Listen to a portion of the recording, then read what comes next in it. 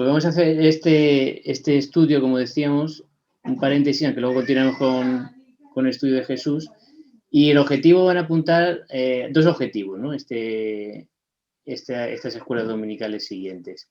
Una es para ver la unidad de la Biblia, cómo todos sus libros están relacionados de manera que contribuyen al principal tema que tiene la Biblia, que es el plan de salvación de Dios tras la caída en el pecado, ¿no? de Adán y Eva. Entonces vamos a ver cómo no son historias aisladas, sino cómo todas contribuyen a ese mismo tema a lo largo de la Biblia. Y luego también cómo no solo el Nuevo Testamento habla de Jesús, sino cómo también el Antiguo Testamento, ya sea a través de profecías, ya sea a través de hechos que anticipan la venida de Jesús, nos apuntan, ¿no? Y nos deben hacer reflexionar sobre el mismo Jesucristo. Entonces, empezando eso de la unidad de la Biblia, una pregunta, pero vamos, con respuesta ambigua, ¿no? Dice, ¿la Biblia son realmente 66 libros? ¿No? Y la respuesta pues, puede ser sí y no, ¿no? Realmente, efectivamente, pues son 66 escritos a lo largo de 2000 años, o 1500, perdón, pues más de 40 autores, pero vemos cómo detrás de esa escritura está la mano de Dios, está el Espíritu de Dios, inspirando a cada uno de sus autores y contribuyendo a todos ellos a ese tema que hablamos que unen todos los libros, que es el plan de salvación, ¿no? Entonces, debemos leer la Biblia como un solo libro de un solo autor, ¿no? Aquí he puesto, justo estábamos escuchando ahí a César Vidal, ¿no? Vemos la colección de libros de un autor, ¿no? Y cada título es un libro aislado, que no tiene nada que ver el uno con el otro. Lo único que tiene en común es el autor. En cambio, en la Biblia tiene en común el autor, pero también las historias es una misma historia, ¿no? Que se va revelando de una forma progresiva. Vemos cómo el Antiguo Testamento no se puede entender sin el Nuevo Testamento. Uno cuando lee el Antiguo Testamento ve que es una historia incompleta, falta algo, ¿no? Que se termina de completar en el Nuevo. Pero cuando también uno lee el Nuevo Testamento y lee el Cordero Pascual, el Hijo de David, no puedes llegar a entender esos conceptos si no ha leído previamente o posteriormente, para entenderlo, el Antiguo Testamento, ¿no? Entonces, ambos se necesitan uno a otro porque ambos forman parte del mismo libro y de la misma historia, ¿no? No debemos leerlo de una forma aislada y como dos partes que no tienen nada que ver una con la otra, ¿no? Están íntimamente relacionadas. Y esta pregunta de qué va la Biblia, yo la he hecho alguna vez a gente no creyente, ¿no? Me ha parecido a veces buen punto para iniciar una conversación de Dios, porque a veces uno pues, intenta hablar de Dios, no quiere que suene forzado, e intenta, ¿no? Sacar algún tema que derive un poco de una conversación más profunda y más espiritual. Y alguna vez he hecho esa pregunta a algún compañero de trabajo, y las respuestas que he obtenido pues es pues unos estándares morales bajo los que debemos vivir, o la historia de personas en la antigüedad, o de la vida de los apóstoles, ¿no? Pues alguno también me ha comentado. Pero si alguien nos dijera o preguntáramos de qué va la Biblia, ¿qué diríamos? O sea, uno cuando lee la Biblia ve enseñanzas de esos estándares bajo los que debemos vivir. Nos habla de cómo comportarnos. Eso todo es ciertísimo. Pero vemos que el tema que une Génesis a Apocalipsis, o sea, vamos a hablar como que hay subtemas y un gran tema, ¿no? No está Scott, pero los americanos hablan de big picture, la gran foto, ¿no? El gran mensaje, y dentro de ese gran mensaje hay otros mensajes más pequeños, no menos importantes, pero más pequeños, ¿no? Pero el tema que une Génesis y Apocalipsis, lo habéis dicho algunos, es el plan de salvación, ¿no? Cómo desde que Dios crea el mundo perfecto, pero Adán y Eva pecan, desde ese momento ya Dios hace un plan para salvarnos al ser humano, y ese plan se va desplegando y revelando progresivamente hasta que llega Jesucristo, ¿no? Y eso es lo que vamos a ir viendo, cómo ese tema une todos los libros de la Biblia. Por supuesto, cada libro de la Biblia luego enfatiza en algunos puntos, algunos temas, pero la columna vertebral, lo que une desde Génesis hasta Apocalipsis, toda la Biblia, es ese plan de salvación diseñado por Dios, que termina con la culminación de la primera venida de Jesucristo, pero terminará perfectamente con su segunda venida, ¿no? Y ahí, más o menos aquí, bueno, lo resumo en una frase, pero es eso, es Dios restaurando su creación, porque no solamente el ser humano, ¿no? Toda la creación por medio de la obra de Jesucristo. Es el desarrollo del plan de salvación para la humanidad, pero para toda la creación también, ¿no? La naturaleza, los animales, todo, aunque, por supuesto, la obra maestra dentro de esta creación, pues siempre fue el ser humano. Y es una historia que se revela progresivamente. Podemos ver esa columna vertebral que hablábamos, pues podemos verlo cómo se desarrolla a través de una serie de pactos que Dios hace con algunos seres humanos después de la caída, como lo hace con Abraham, lo hace con Moisés, también lo hace con Noé, ¿no? Él lo hace con David y culmina con el nuevo pacto a través de Jesucristo, prometido ya a través de Jeremías y Ezequiel. Y como decimos, Jesucristo es ese clímax, es esa ya la cumbre donde se cumple la llegada del plan de salvación. Y es interesante que no solo Jesús cumple muchas de esas promesas y profecías que leemos en el Antiguo Testamento, sino que además es dentro de esa revelación progresiva, es la revelación final, ¿no? Ya Dios revela completamente el plan con la llegada de Jesucristo como el Mesías, el ungido de Dios. Por ejemplo, pues leemos muchas profecías que se cumplen en Jesús, pero por ejemplo, hechos o eventos como la Pascua tras el Éxodo apunta también a Jesucristo, ¿no? Hay eventos, instituciones, el tabernáculo, todo eso, además de las profecías, son cuestiones que Dios revela de manera inicial, pero que apuntan finalmente a la llegada de Jesucristo, al culmen de su plan de salvación. Y esa revelación progresiva no es que va sustituyendo. Lo que dijo a Moisés sustituye a lo que dijo a Abraham, no, sino que se añade, ¿no? Se complementa, se añade hasta que tenemos la historia completa de la salvación. Hay un montón de profecías, de promesas que nos indican esto. Por ejemplo, Valentina, ¿puedes leer tú Lucas capítulo 1, versículos 32 y 33? Este será grande y será llamado Hijo del Altísimo, y el Señor Dios le dará el trono de David su padre, y reinará sobre la casa de Jacob para siempre, y su reino no tendrá fin. Eso se lo dice el ángel a la Virgen María, ¿no? Sobre el hijo que va a tener. Fijaros, ¿no? Trono de David, su padre, la casa de Jacob, todo eso no podemos entenderlo sin el Antiguo Testamento. Y todo eso lo que nos indica es que completa la historia revelada en el Antiguo Testamento. Y tú misma, Valentina, como es en Lucas, si te vas al capítulo 24, del mismo, sí, y lee versículos del 25 al 27 y luego del 44 al 45. Sí, 25-27. Entonces él les dijo: oh insensatos y tardos de corazón para creer todo lo que los profetas han dicho. ¿No era necesario que el Cristo padeciera estas cosas y que entrara en su gloria? Y el 43, ¿me has dicho? 44 y 45. 44. Es Jesús hablando, ¿no? En el camino de Maús. Y les dijo: estas son las palabras que os hablé, estando hoy aún con vosotros, que era necesario que se cumpliese todo lo que está escrito de mí en la ley de Moisés, en los profetas y en los salmos. Todo entonces, lo que... perdón. Sí, perdona. ¿Solo 44? No, y 45, perdona. Sí. Entonces les abrió el entendimiento para que comprendiesen las escrituras. Pero dicen que la ley de Moisés y qué más, es decir, los profetas y los salmos hablaban de Jesús. Eso es una forma de dividir el Antiguo Testamento, ¿no? Jesús estaba diciendo que ya el Antiguo Testamento hablaba de Jesús y que ellos mismos, de una manera a lo mejor que no entendían, pero ya revelaban como incluso el Hijo del Hombre, el propio Mesías Jesús, debía morir, ¿no? Porque para ellos fue un shock.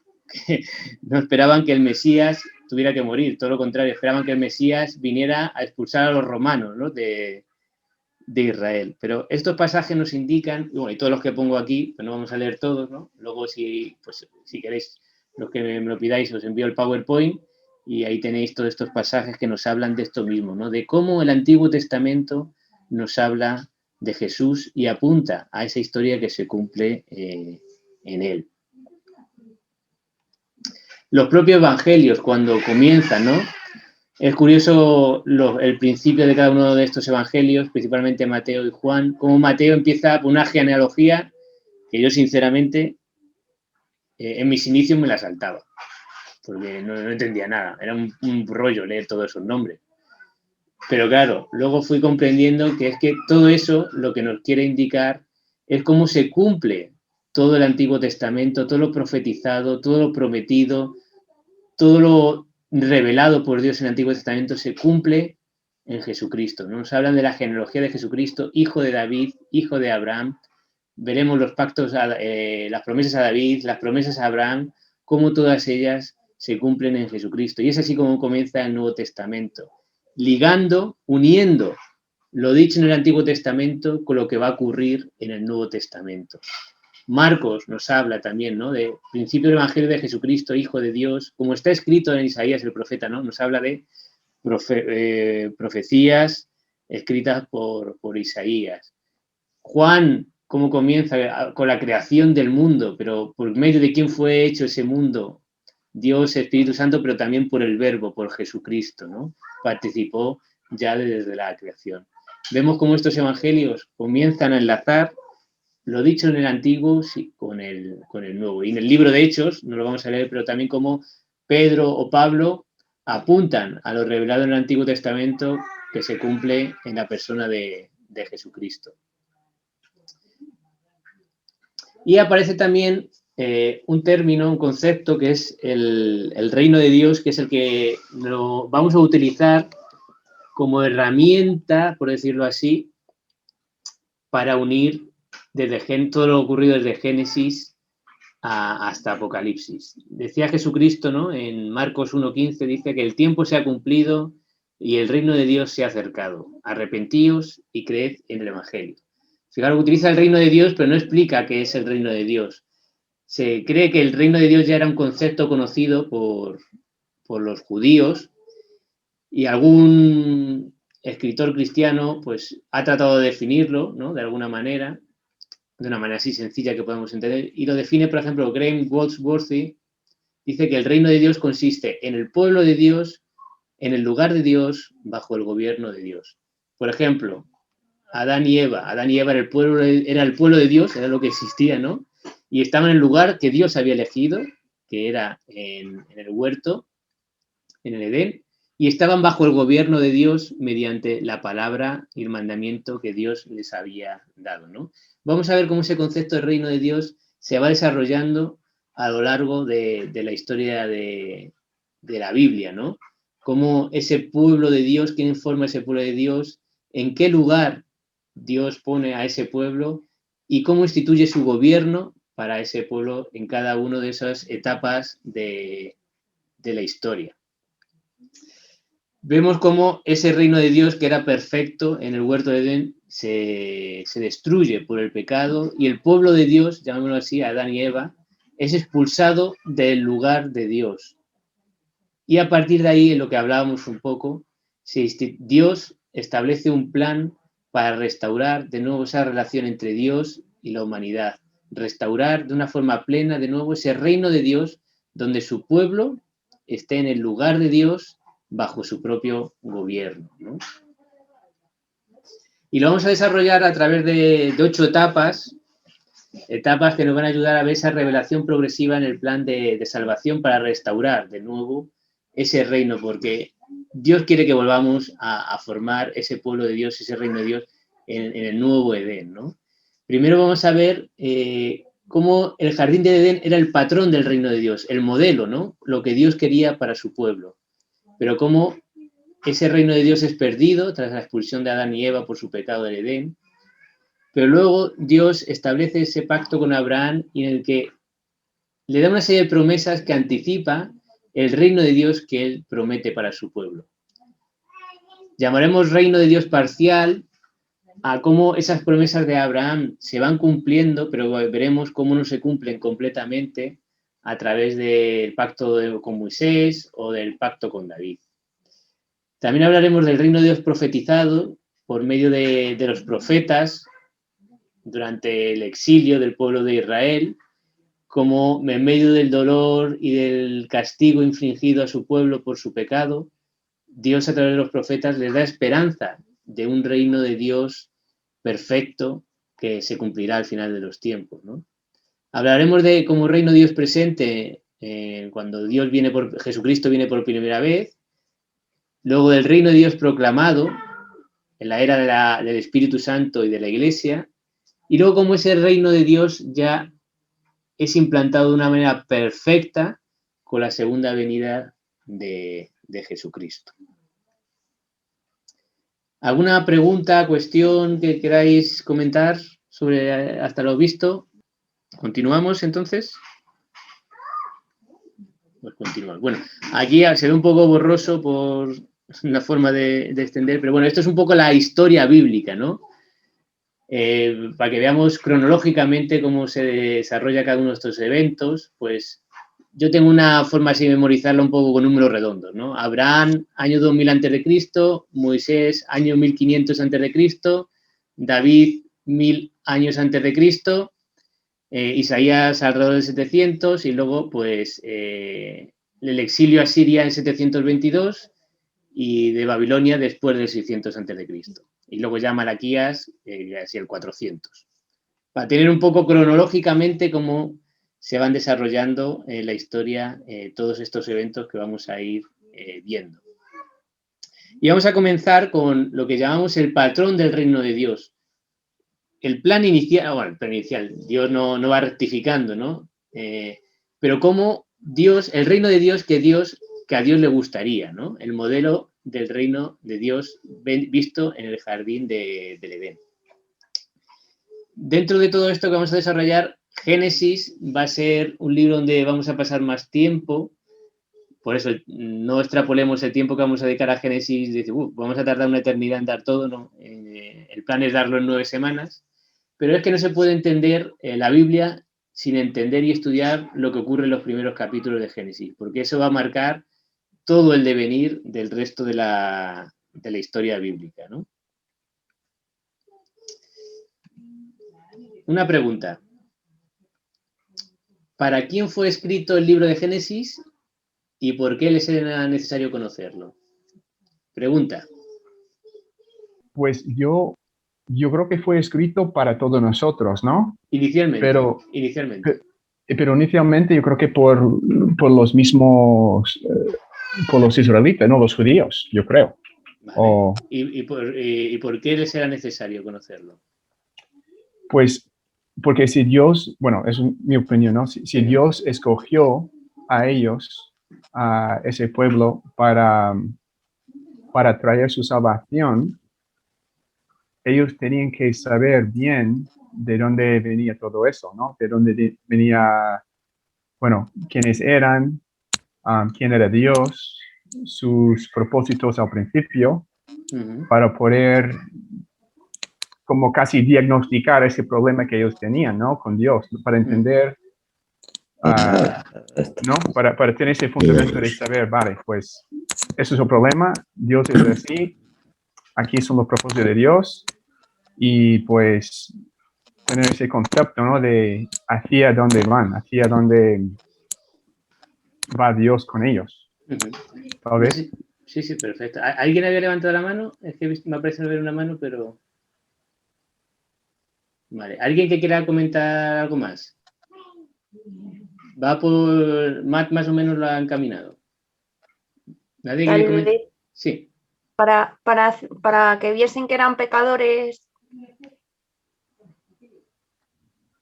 En parte sí, en parte sí. Tal vez porque el Génesis les daba una identidad, una unidad como pueblo de Dios, ¿no?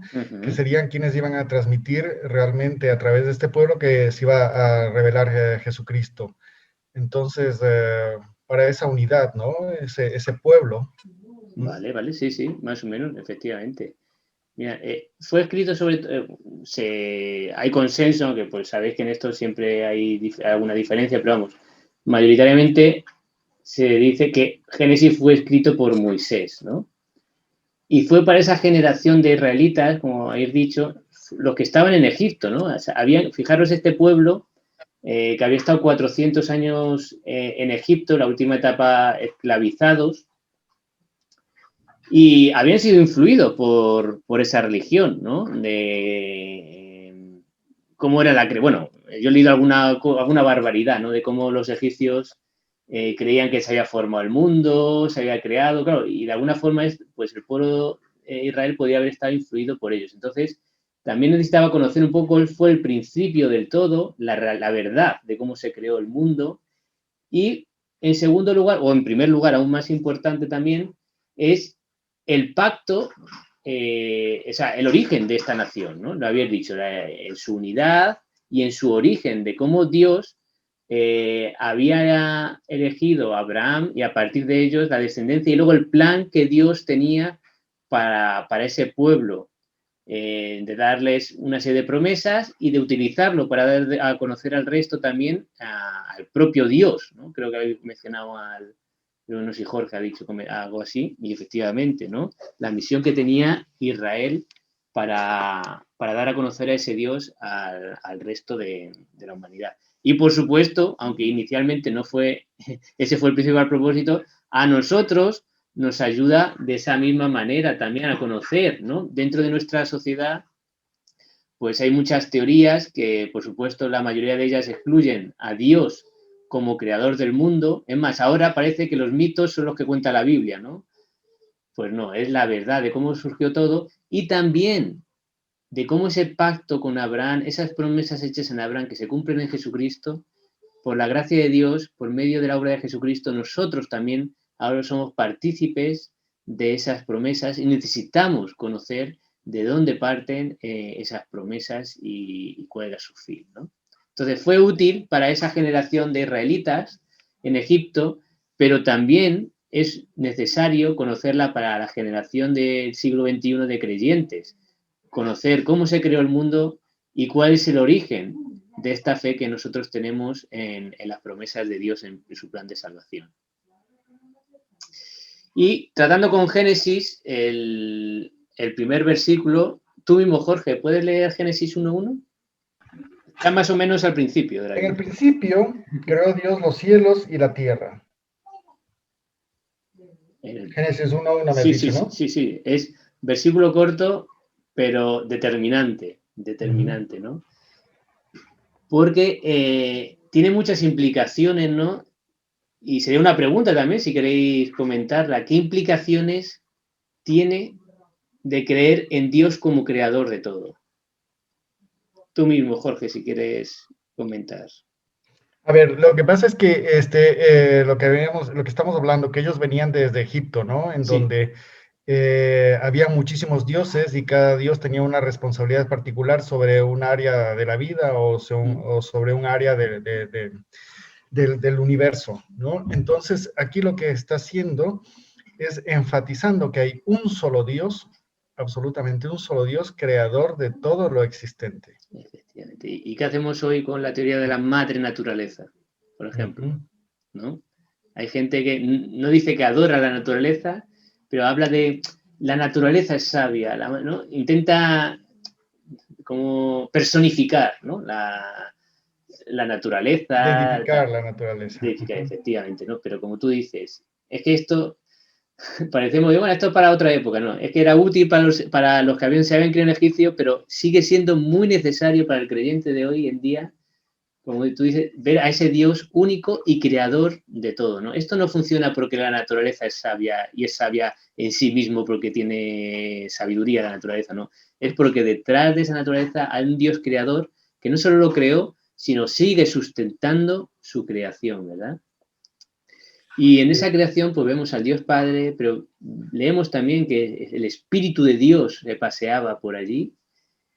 Y Juan 1:3 y Colosenses 1:16 nos habla que aunque en Génesis no se habla directamente, bueno, hablan cuando se dice nosotros, se habla en primera persona del plural, pues muchos dicen que posiblemente hable de la Trinidad, otros dicen que es una forma de dar como más magnificencia a Dios, ¿no? Hablar en un tono así más de grandeza. Pero el caso, sea como fuere, Juan 1.3 y Colosenses 1.16 nos revelan que Jesucristo estaba allí participando de esa creación. Antonio, ¿tú podrías leer Colosenses 1.16?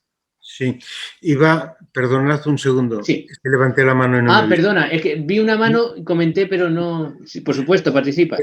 Puedo hacer una pregunta a todos. Totalmente. Porque vemos que Dios elige al pueblo de Israel como su pueblo. ¿Por qué Dios elige a ese pueblo cuando había pueblos más poderosos, conquistadores, mucho mejores, en términos humanos, ¿no?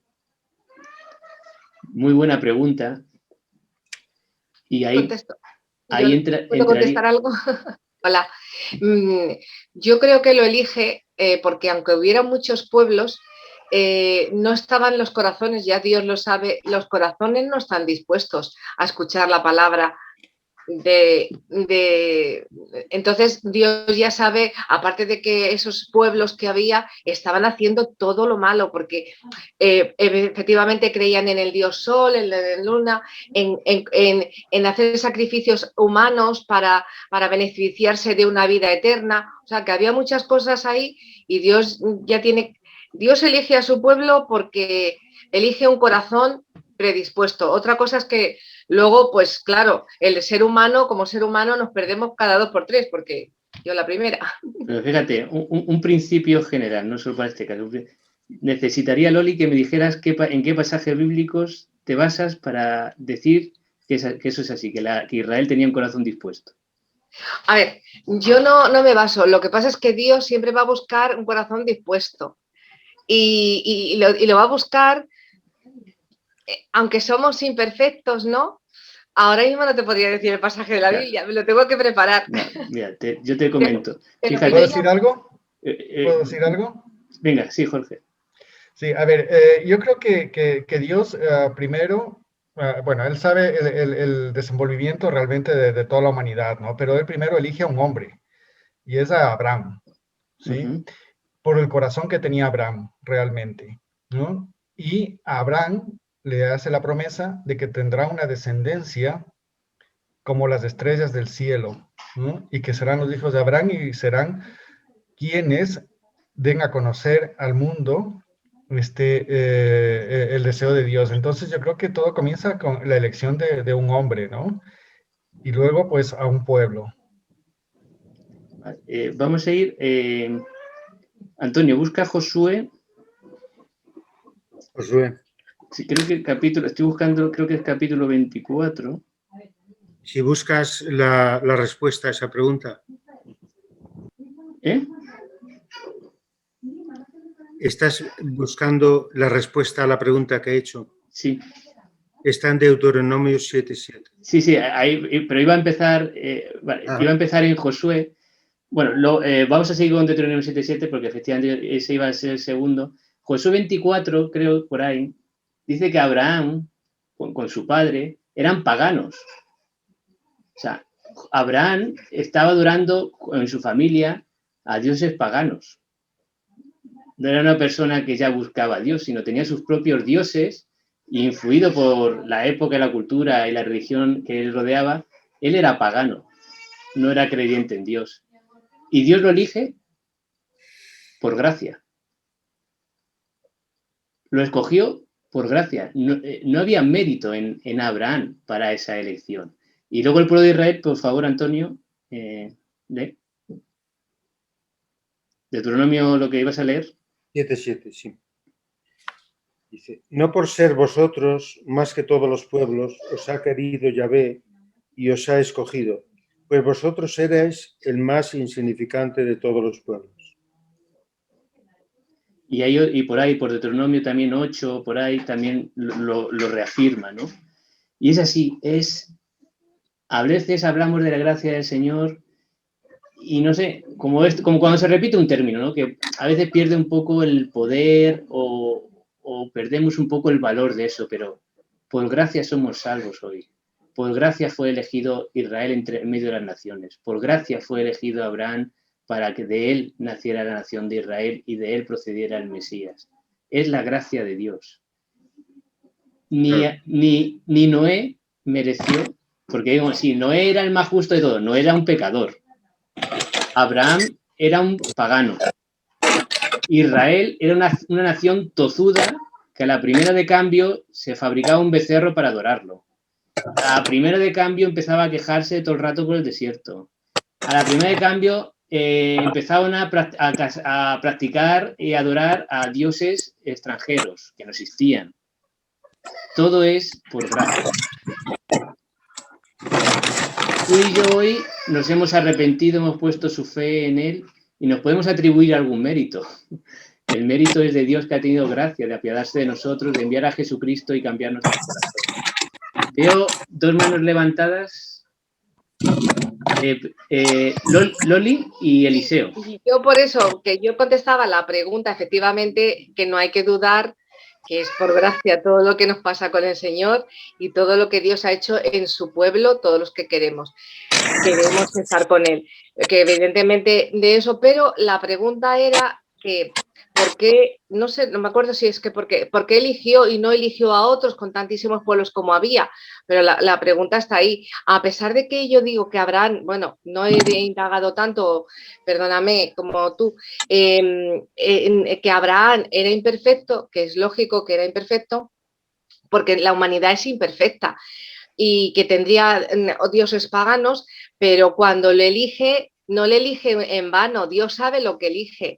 Dios sabe lo que elige y evidentemente es su gracia, porque a mí el día que nos eligió, el día que me eligió, yo le doy gracias a Dios porque es por su gracia, pero me tiene que hacer un poco mejor cada día, eso está claro, pero Él sabe lo que elige y si eligió ese pueblo, lo eligió porque ese pueblo tenía algo que darle a Dios y a la humanidad. Pero fíjate lo que ha leído Antonio en Deuteronomio 7:7. ¿Qué ha leído? ¿Lo puedes volver a leer, Antonio? No por ser vosotros más que todos los pueblos os ha querido claro. Sí. Yahvé y os ha escogido, pues vosotros erais el más insignificante de todos los pueblos. A Pablo también le va a decir en el Nuevo Testamento que él, bueno, cuando llega Jesucristo, él va a elegir a pastorcillos insignificantes, pero esos pastorcillos insignificantes pueden ser muy grandes a través de la gracia y la sangre de Cristo. Yo lo que veo aquí es que Dios elige al pueblo más insignificante precisamente porque su poder, el poder de Dios, se iba a poner de manifiesto. No el poder del hombre, no el poder de un ejército, sino el poder de Dios. Amén. Sí, amén. Sí. Lo vemos a través de, bueno, desde que sale de Egipto hasta que entra en Canaán, ¿no? El poder de Dios ahí se pone de manifiesto. Perfecto. Muchas gracias, Antonio, por la pregunta, aunque veo que ya tenía la respuesta preparada, que era una pregunta trampa.